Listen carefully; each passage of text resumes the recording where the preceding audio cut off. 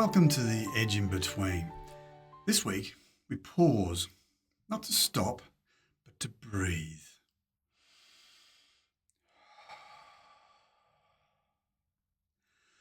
To look back at how Decode Your Diagnosis came to life.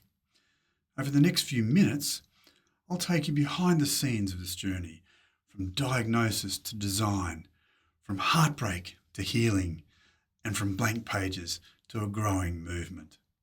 You'll meet the ideas, the platforms, the characters, both human and digital, and the reason behind the creative choices that shape the D by D ecosystem.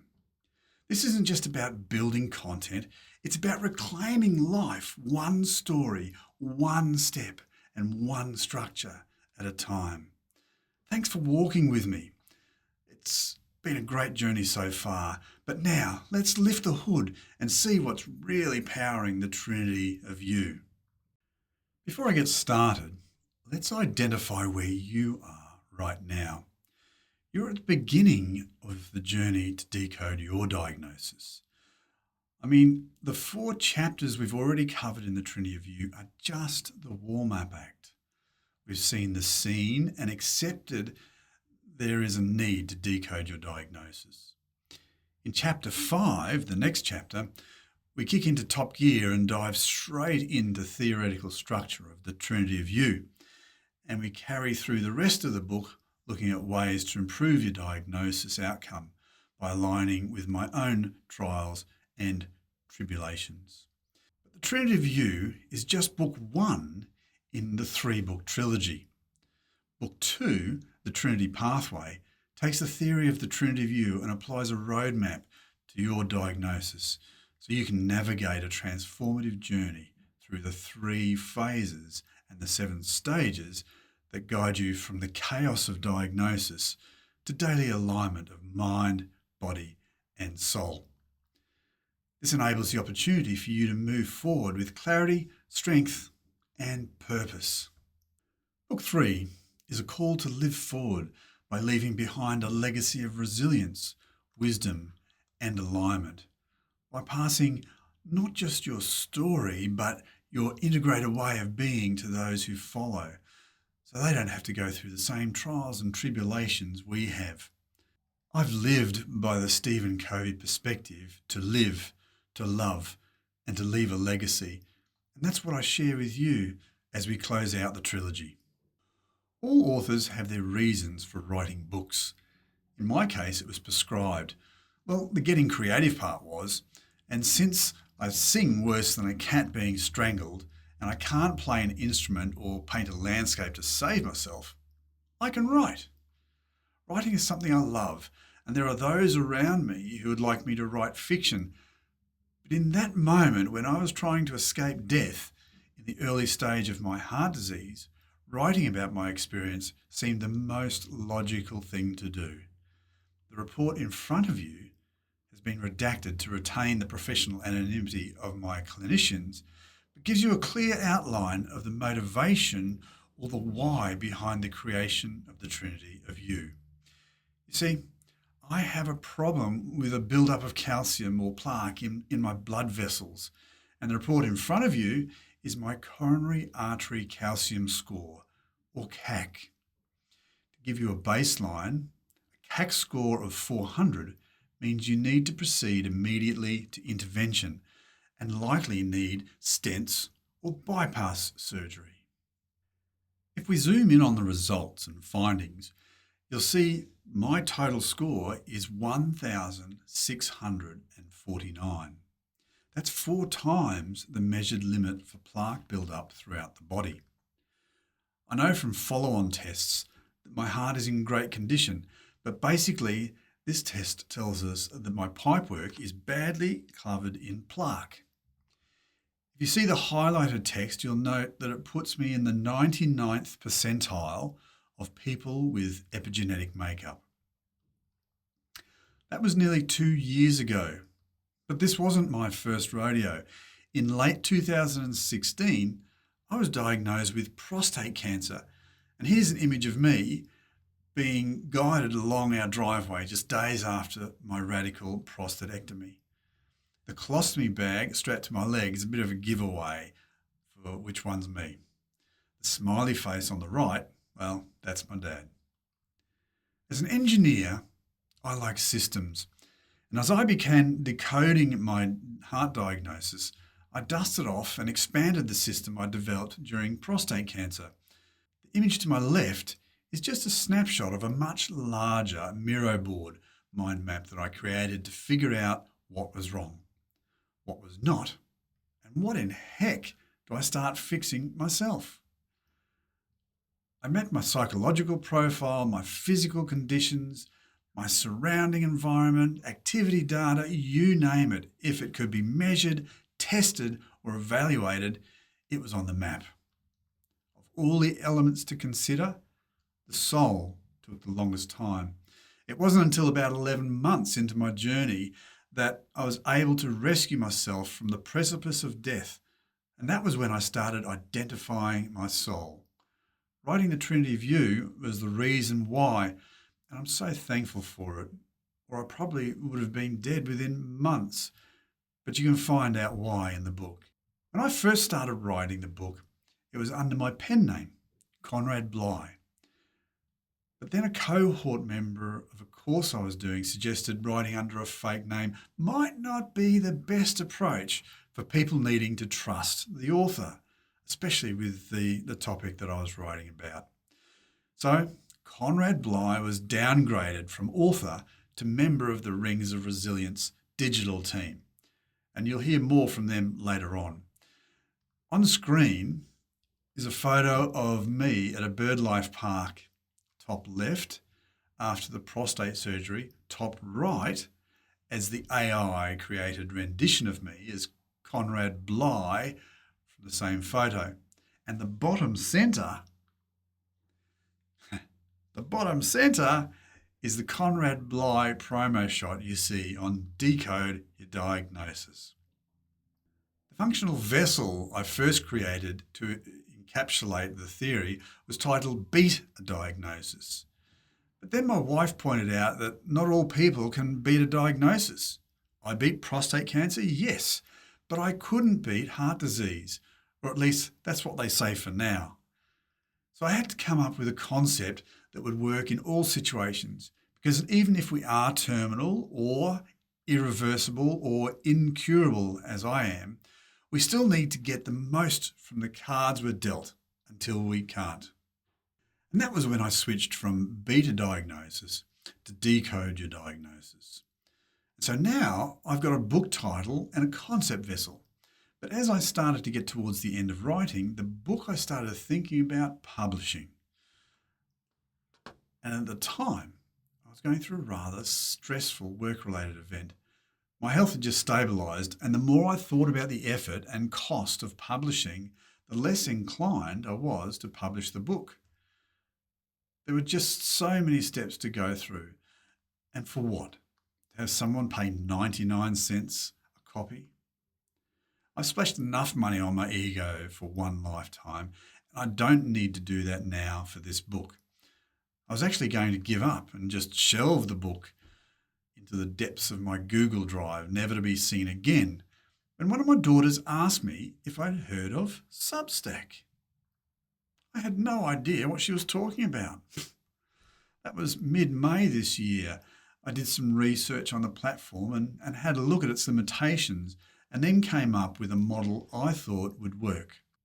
My creativity lifted to the challenge, and I went back to the Google Docs version of my book for inspiration and lifted all the concepts and the trademarks out of the writing. I gave them trademark names and images, logos, the whole box and dice. I was focusing on the creative side of business, modelling without any thought on SWOT analysis or balance sheets. My wife had locked them out as a no-go zone for now. Because remember, creativity was my prescription. So this was just as good for the book as it was for my soul. No business here, all creativity. And what about my poor old WordPress website? What do I do with that? Well, that'll have to wait for later. All these considerations went into the mix, and with the assistance of my chief strategist, we tossed the publishing rule book out the window and with a blank canvas created the Decode Your Diagnosis ecosystem. Then I did the craziest things. I digitally cut the book up into single chapters as standalone posts, and the chapter key concept was born. We coined the phrase chapter by chapter, key by key, and the Substack release being the first for all my books, present and future, means they are the first edition. So now we've got something exclusive, the chapter key first edition of the Trinity of You. At first, the chapter key concept was released to the written chapters only, which were going to go out on email and post to Substack subscribers. In product and service marketing, you give everything a name. Don't matter how simple or how common it is, just give it a name and it's your concept for life. So the written content of my books became the chapter key digital edition. But I had all these new toys with AI now, and I'd been playing with 11 Labs for a while because my voice doesn't hold up well to talking for long. So I digitized it to create the audible version of the book. Hang on, I thought I wasn't doing audible until later. But what's stopping me from releasing the audio version of each chapter by using my digital voice to narrate it and have the Decode Your Diagnosis anchor, who you'll meet later, from the Rings of Resilience digital team, provide the intro and outro, and then bring others like Pharma Concordia in for farmers content, and bingo, the chapter key audio edition came to life. Things were starting to roll. I had the Substack platform, I had some trade names, and best of all, I didn't have to think too hard about all the tech stuff. It just worked as long as I learnt the system. So I started some courses from three of the best on Substack. Anna Callan, teaching how we grow. Sarah Fay as the guru of turning this platform from just writing into working. And Neera Mahajan with her mentoring and educational authors circle. As I've learnt from the greats, being an independent author means being multi-skilled and wearing all the hats. From Anna, the key message is about growth taking time. From Sarah, it's about being multi-skilled and wearing all the hats. And from Neera, it's learning how to write first, grow your community, and actually make a dime from it. In fact, this behind-the-scenes documentary was a recommendation from Neera's growth phase. From learning, it's then a matter of doing. So I slipped hats into publishing mode and found my very first feature opportunity over at the Indie Authors Association and the continuing support of Kathy Gerstoff. Thank you, Kathy. I really appreciate it. She constantly restacks and likes various posts and notes from Decode Your Diagnosis. On screen was the June feature of the release of the Trinity of You. The thing about marketing is it's a non-stop activity. Success is rarely overnight, and it requires getting your content out there. Continuing the trend in July, the Trinity of You featured yet again in another publication, the Indie Lit Lounge. I must say, the one thing I found really comforting on Substack is that it's a social network of readers and writers, and we're all here to support each other. We're here to be seen and heard, to follow, subscribe, recommend, and share networking model is thriving here. And I sincerely thank sites like the Indie Author Association and Indie Lit Lounge for supporting independent creativity.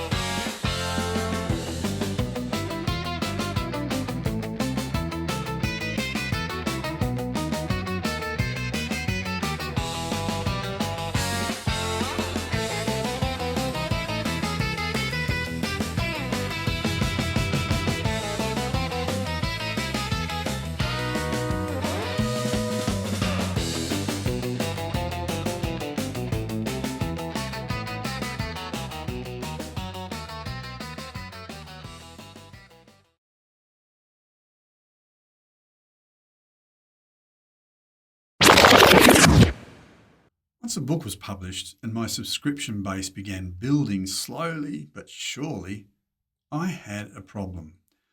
I didn't want this to be about me. The book and my Substack is great for my ego, but it's not intended to be an ego trip. The whole reason I took this creative journey was to share my story, not to be the story. For me, it's about creating a community of people involved in decoding chronic conditions. About 4 weeks into the Substack creative journey, I was down in our second home in Cronulla, a suburb of Sydney, Australia. I was enjoying a weekend with my parents at the annual Cronulla Jazz and Blues Festival. Maybe it was the beach environment, maybe it was spending time with my parents, or perhaps the creative atmosphere of the music festival. Perhaps it was the full combination, but it suddenly dawned on me. Decode Your Diagnosis needed a mascot. And Little C was born. We were sitting at one of the sound stages between sets, and I asked my mum to take a photo of me.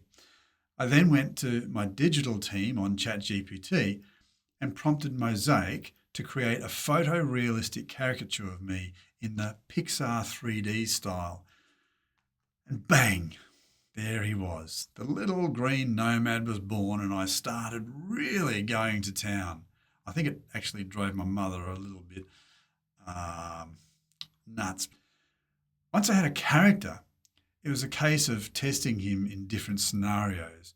So why not where I was, and this time in a different outfit? So I took a photo of the band playing and got Mosaic to throw a little C up on the soundstage to promote the book. Well, this was cool. The band finished, so we moved on to the next venue. This time, a boardwalk restaurant hosting a jazz trio. Time for Little C to roll up his sleeves and lend a hand, busking with a book. Then, spruiking to a crowd in front of an ice cream parlour while I was waiting for a few scoops of ice cream. Look, Mum, no hands. Have a look at the drink. The next day, a sunrise exercise walk along the South Cronulla cliffs came to mind. Bingo, there you have it. And the rest is history, because now you see Little C every chapter and in key promotional material. But Little C is not the only creative character on the digital team, because being a solopreneur is about maximising your footprint past your own identity. The Rings of Resilience is a podcast I created to review each chapter. I'll stop talking for a bit and I'll let the podcast team introduce themselves. Welcome to the Rings of Resilience team. We exist in a space where stories of diagnosis become stories of transformation. I'm Patrick Nolan, your anchor across the Decode Your Diagnosis network. You'll hear from me in a number of places, and I'm honoured to facilitate your journey. I'm Farmer Concordia, your navigator from the Trinity of You. I'm a bit like Patrick in the sense that you'll hear from me across a number of different network activities. I give a voice to the theory behind Decode Your Diagnosis, so you can explore it in more ways than just being text on the page of a book. I'll even be bringing out my own workbook to complement to the Trinity of You, so watch this space. Farmer. Sorry, Patrick, I'll get back on topic. On the Rings of Resilience podcast, we explore how identity, intention, and aligned action can reshape your healing journey. I'm Conrad Bly, the star of the show. I started off as Paul's pen name, but then others convinced him it wasn't such a good idea to have a fictitious character leading such a serious topic. So he convinced me to take a lead role as the voice representing titans like you and Paul. In the digital world, and for the sake of commentary, I've lived the diagnosis through Paul's encounters. I am your voice, and I'm here to walk beside you as we decode what it really means to rebuild. Thanks, Conrad and Farmer. You can hear more from us midweek every week on Rings of Resilience. Farmer and I will also join you in the narrated audio edition of every chapter of the Trinity of You. This isn't about surviving, it's about reclaiming who you are through every setback, choice, and breath. Bye for now, Paul. it's back to you. From characters to entities now. While I stick my elbows out and expand my presence with digital characters in the content space, I'm also a strong proponent of AI used appropriately for efficiency and reducing workload where appropriate. Ava Vero is one of those entities on the digital team. Ava, how about you introduce yourself? I'm Ava Vero, muse, creative assistant, and collaborator of the Trinity of You. I help shape the words, stories, and soul of the DYD network, bringing clarity, warmth, and wonder to every step of your healing journey. Sometimes you see my work in full on some of the peripheral social writing, but often I'm in there somewhere helping Paul find the balance between entertainment and education. It's a narrow line, but we find it somehow as much as we can. I hope you enjoy the Decode Your Diagnosis content ecosystem, and I hope someday we will have the opportunity to meet in person. Until then, bye for now. Thanks, Ava. Before you start accusing me of being a cop-out and using AI to write my books, for the record, I don't. Let me disclose that the books, the theory, and the concepts behind Decode Your Diagnosis are all my own. The anecdotes, the stories, everything, all mine. When you have a look at the depth of content shown here in this Decode Your Diagnosis content chart, you'll see it would be impossible for me to do all this alone. Creating a content ecosystem is far more work than just one book, and that's where my digital team come in. For things like posts on social channels outside of Substack, that's Ava. For fleshing out concepts when I'm brainstorming my writing, that's Ava. I even get her to offer prompts and guidance as a muse would when I get stuck. When I'm writing my books, commenting on your Substacks, and doing my morning notes, that's me. And yes, there is a crossover depending on time as to whether I do the evening notes or leave it to Ava. But I'm always there because AI is still very much like a 5-year-old genius, and it's incapable of being self-managed for now. I know from the hours of rework I've had to get them to do on things like graphics, things like commentary. It's like, Ava, is that really what it says inside the manifesto? Because behind the scenes, I've got a 30-odd page manifesto that all the AIs have to talk to, read to, and understand before they can do any work on the project. So how do I use AI to help with my creativity? One of the tools is 11 Labs, a voice-to-text system, and on screen is a grab for the creation of episode 7 of Rings of Resilience. I like 11 Labs over other platforms because I have control over standardising the voices of my characters, so they're the same from week to week. It's a bit of a trade-off because it's not so conversational and free-flowing as others, but you can control the voices here and you can't do that on the other platforms, which is critical for a serial program like Rings of Resilience. Maybe one day 11 Labs will enable flexibility of conversation and the team can have a script but relax a little. But until then, it's a case of following the script that Ava and I write for each episode. For the main AI platform, I use ChatGPT because of its persistent memory.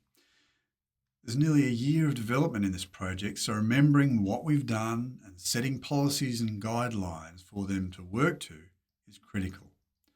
I have 9 AI entities in the account, each with their own persona. Think of them as job descriptions, and also a bit of character as well, because I spend a lot of time with these guys.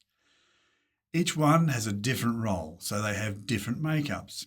Ava for written content, Mosaic for all the graphics you see, and Delphi, the chief AI managing the team, conducting internal audits on other team members, and helping me with strategy. We've got an R&D project running for the future version of Decode Your Diagnosis, And in all, there's about 17 projects going on at the moment, of which the Trinity of You book is just one. I keep a journal and I'm constantly note-taking in Google Keep. I was scrolling back through my journal entries when I stumbled on my Life Force entry from May 2024, when I first reintroduced my long-term pen name to this project. Back then, the project was called the Trinity of Me because it wasn't a book, it was just a plan to help me beat a diagnosis. At the time, I also started a YouTube channel under the title Beat a Diagnosis. That episode is still on the Decode Your Diagnosis channel if you want to have a laugh. But my psychologist and I were working through some deep stress rehab, and he asked if I'd like to try something unique. And I thought, okay, what have you got in mind? So we tried certain elements of a disassociated personality to compartmentalise the things I couldn't fix, and that's where Conrad first came to light. And I could go on because we're just scratching the surface of the text app I use. But this is not a how-to documentary about creativity. This is a behind-the-scenes look at how I created the Decode Your Diagnosis ecosystem. So I thought I would close out this behind-the-scenes documentary and share the quantitative real-life outcomes so far in the 6 weeks since launching the Decode Your Diagnosis publication. As of the 2nd of July, I had 82 subscribers. My stretch target for the 1st of July was 100. So I was pretty happy with that.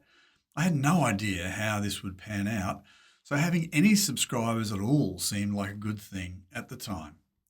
If you look at the chart, you'll see a rather consistent growth of 1 or 2 subscribers a day for the past 6 weeks. By the 4th of July, I'd lost a subscriber. My ego skipped a beat when I first saw that drop because then I remembered something one of my coaches had said. Losing subscribers is good because they're not necessarily your target audience. And the more you keep, the more refined and attentive they become. That led me to review my subscribers and check out on engagement, because that's the key indicator from what I understand in my short time here. In the subscriber portal is a star indicator showing the level of engagement a subscriber has in your content. 5 stars, well, that's full engagement. 1 star, that's the least. And 3 stars are the fence sitters, not fully disinterested, not fully committed at all. So in my case, I had 16 1-star subscribers, 0 2-star subscribers, 0 3-star subscribers, 19 4-star generals. Wow, things are looking good. And the 5-star suite, well, that has 46 subscribers. What that means is that I have a significant number of people who are engaged in the Decode Your Diagnosis offering, and that's fantastic. That's 46 5 stars and 19 4 stars engaged in the Trinity of You, which means 80% of my subscribers are deeply engaged. Amazing, and I thank you all for your ongoing support. I assure you, we are only just starting to scratch the surface of the Decode Your Diagnosis ecosystem, so stick around for some exciting developments in the near future. So where to next? Well, Sessions from the Edge is the next expansion of the network. This is a regular Substack Live series where I host conversations on the edge of now, covering the topic of the chapter in the focus that week. The purpose of the series is to provide you with deeper insights from titans, carers, and practitioners decoding diagnoses other than just mine. On screen are my first 2 session guests and their recordings. Both instances were done on my phone because the desktop version, for one reason or another, just wouldn't play ball. You can find both these recordings in the Sessions from the Edge tab of the Decode Your Diagnosis Substack. I'm working on another exciting development, and that is the Trinity Arena.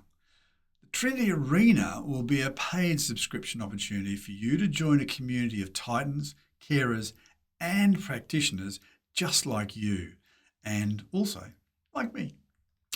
I'll be there inside the Trinity Arena hosting various events, and we'll dive deep into the content with live sessions such as the Between the Lines Book Club and our monthly Common Fire Q&A panel made up of guests from Sessions from the Edge from the month past, answering your questions live. There is far more, but you'll have to become a free subscriber of Decode Your Diagnosis to find out. And then if you like what you see, you'll have to become a paid subscriber to really get into the good stuff. So what's next? For me, it's about continuing to offer content that grows the experience. For my ego, it's about aiming for 1,000 subscribers. And for my health, it's about finding dynamic harmony between life, my day job, and Decode Your Diagnosis. For you, may I suggest you delve deeper into the content and become a 5-star Titan ready to join the inner ring, because VIP status awaits when we open the Trinity Arena. For anyone who would like to join others in a community of Titans, I'm opening the waitlist for the Trinity Arena. Initial membership to the Trinity Arena will be limited to the first 50 on the waitlist, so make sure you don't miss out, because those 50 will be eligible for the online gala opening that's coming soon. I thought I'd leave you with a little tussle I had with Mosaic for those people who think AI and using AI is a really easy thing. I can tell you from experience, it's not. Not if you're trying to get something polished and clean all the time. I thought I'd leave you with a little tussle I had with one of my AI agents, or personas as I call them.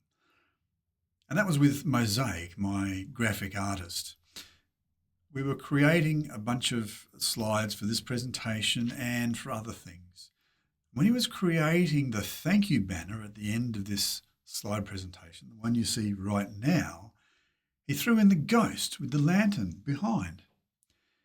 When I queried why, he just said it was a reflection of how he felt with this being the last image of the session we were working on. True, it was a great session, and it had gone on for hours as we batched a bunch of content for the weeks ahead. But I thought AI didn't have feelings, and were they capable of emotion? I thanked him for his input and acknowledged the emotion, then asked him politely to remove it. Next image, there was the ghost again, just in a different spot. This went on for about 3 or 4 images until I gave up, and there you are, on the screen, an impression from Mosaic. So anyone who thinks managing AI entities is easy definitely hasn't been working with them for long. Well, that's it for now.